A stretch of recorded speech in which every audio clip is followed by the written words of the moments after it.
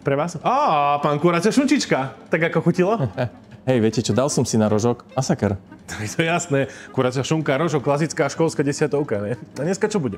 Dneska, neviem, asi pojem domov, pozrieme nejaký film možno. Ale čo si chcete kúpiť tu? Tak. Ja, no, rozmýšľal som, že trošku pritvrdím, že skúsim kuracie mäso. OK. Dobre, tak čo ja viem, máte radi prsia? No tak, akože som skôr na zadky, ale akože jasné, že aj prsia mám rád, že to nemá. Ale nie, ja myslím akože kuracie prsia. Kuracie prsia? No, jasne, tak to je, nepoznáte tie termíny, chápem, že kuracie prsia, mäso má veľa proteínov, obľúbené u nás fitnessákov, hej. Vy ste fitnessák. Tak ako bol som, už teraz nemám na to čas, ale kedysi. No alebo môžem dať kuracie stehna, toto dáte do rúry, dáte k tomu rýžu, polejte vypekom, ku tomu kyslú horky, až mi sliny tečú, hej. Chrbty alebo krydelka.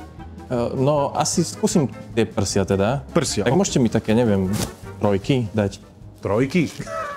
to nie je ani tak, nie, to na kusy, hej? A tam mám 2 kusy, dobre? 2 kusy, hej. No, však hovorím. A prosím vás, odkiaľ sú tie prsia?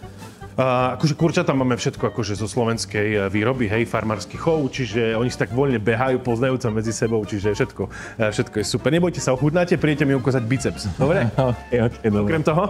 Všetko bude, ďakujem. Dobre, pán Čunčička. Prsia, hej?